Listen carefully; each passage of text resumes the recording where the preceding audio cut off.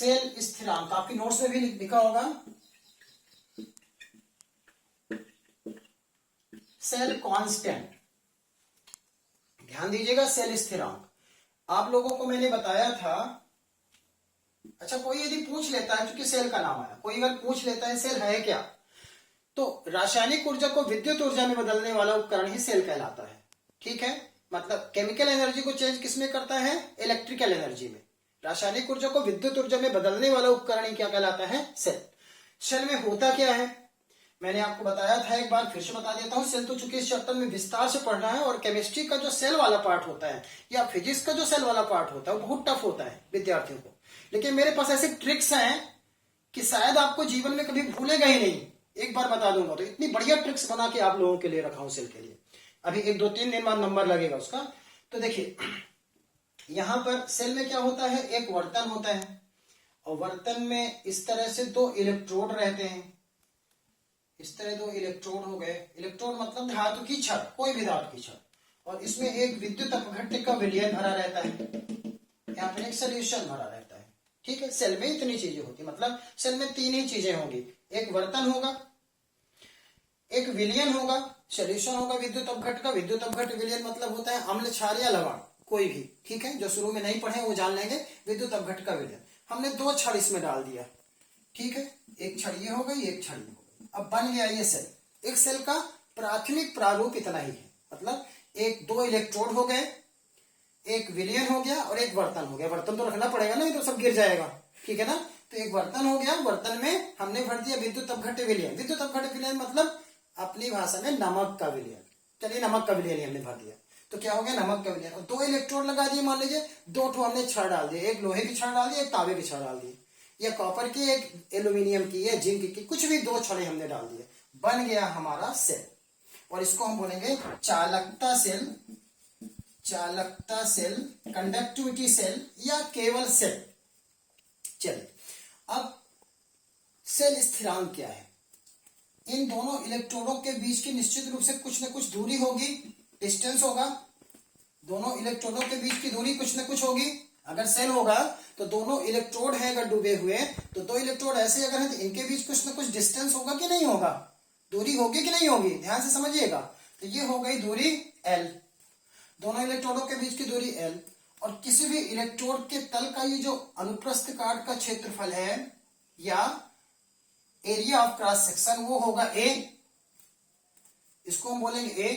और दोनों का रेशियो अगर निकालें L/A, तो X = L/A, ये कहलाता है सेल स्थिरांक। जैसे मान लीजिए, अगर किसी 2 इलेक्ट्रोडों के बीच की दूरी है 2 सेंटीमीटर, और किसी एक इलेक्ट्रोड के तल का क्षेत्रफल है 4 सेंटीमीटर स्क्वायर, तो 2/4 क्या हो गया, सेल स्थिरांक। मतलब सेल स्थिरांक क्या हो गया, दोनों इलेक्ट्रोडों के बीच की दूरी और किसी इलेक्ट्रोड के तल के क्षेत्रफल के अनुपात को क्या कहते हैं, सेल स्थिरांक। The ratio of length of both electrodes and area of cross section of any electrode is called cell constant. दोनों इलेक्ट्रोडों के बीच की दूरी और किसी इलेक्ट्रोड के क्षेत्रफल या इलेक्ट्रोड के तल के क्षेत्रफल के अनुपात को क्या कहते हैं, सेल स्थिरांक। बन जाएगी परिभाषा, बहुत सरल है। अगर हम ऐसे लिखें, आपको समझ में आ गया है, सेल में मैंने दर्शा दिया है इसलिए ताकि आपको समझ में आए। देखिए, सेल स्थिरांक बराबर कैसे लिखते हैं, cell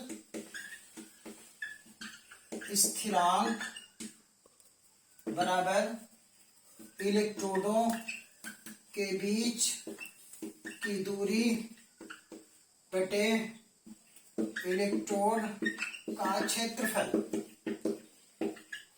length of both electrodes upon area of cross section of any electrode. इन दोनों का जो रेशियो होगा, अनुपात होगा, उसको क्या बोलेंगे, अनुपात मतलब समझते हैं आप, बटा होता है, तो क्या बोलेंगे, दोनों इलेक्ट्रोडों के बीच की दूरी और किसी इलेक्ट्रोड के तल के क्षेत्रफल के अनुपात को, रेशियो को क्या कहते हैं, सेल स्थिरांक। कोई सेल है, उसमें दोनों इलेक्ट्रोडों के बीच की दूरी जितनी होगी और किसी इलेक्ट्रोड के तल का क्षेत्रफल जितना होगा, तो दूरी में हम क्षेत्रफल का भाग दे देंगे, जो मान आएगा उसे ही कहेंगे सेल स्थिरांक। क्लियर हुआ? किसी चालकता सेल के दोनों इलेक्ट्रोडों के बीच की दूरी और किसी इलेक्ट्रोड के तल के क्षेत्रफल के अनुपात को सेल स्थिरांक कहते हैं। अब इसको हम डिनोट करते हैं एक्स से, तो एक्स इक्वल टू हो गया इलेक्ट्रोडों के बीच की दूरी, डिस्टेंस को किससे दर्शाएंगे हम? एल से, और क्षेत्रफल अर्थात एरिया को दर्शाएंगे ए से। एक्स इक्वल टू कितना आ गया? एल अपान ए।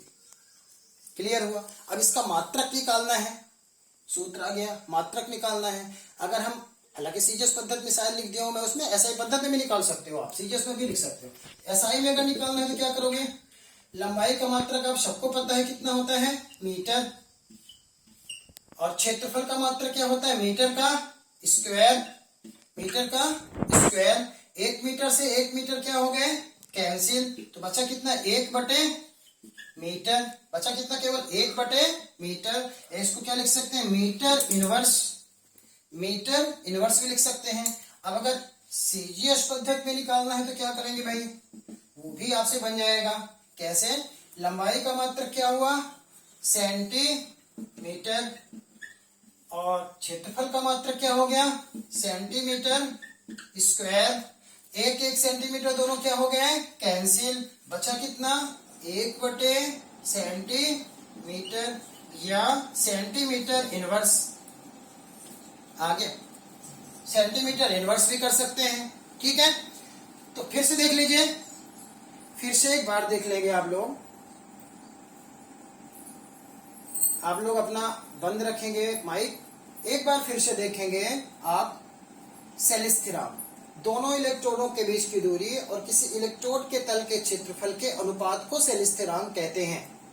एक्स से दर्शाते हैं, एक्स बराबर एल अपान ए। एल है लंबाई और ए है क्षेत्रफल। एसआई पद्धति में लंबाई का मात्रक मीटर और क्षेत्रफल का मात्रक हुआ मीटर स्क्वायर। 1 मीटर कैंसिल हुए, 1 बटे मीटर आया, मीटर इनवर्स इसका मात्रक आया।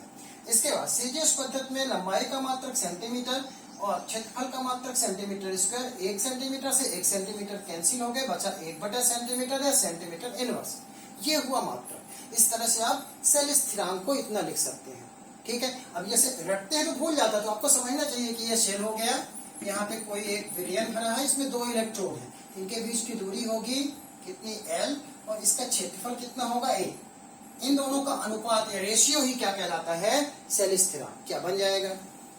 सेल स्थिरांक समझ में आ गया? आगे चलो, क्या आगे चलो? कोई बोले यस, आगे बढ़े। समझ में आ गया है मात्रक वगैरह निकालते समय इसका? यदि आपको रिपीट करना होगा तो आप YouTube में भी देख सकते हो। ठीक है, आगे चलता हूं। नेक्स्ट क्वेश्चन है, विशिष्ट चालक